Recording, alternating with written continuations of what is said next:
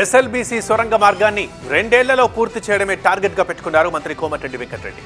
ఈ సొరంగానికి ఆర్ఆర్ అని పేరు పెడుతున్నట్లు ప్రకటించారు. ఇంతకీ ఈ డబుల్-ఆర్ అంటే ఏంటి చూద్దాం.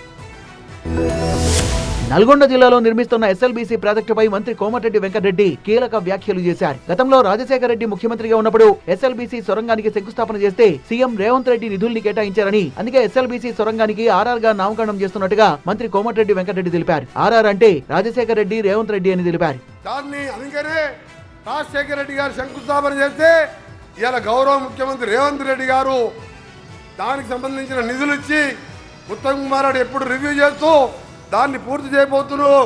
అందుకనే సొరంగ మార్గానికి డబుల్-ఆర్ అని పేరు పెట్టుకున్నా నేను, రాజశేఖర రెడ్డి, రేవంత్ రెడ్డి గారని.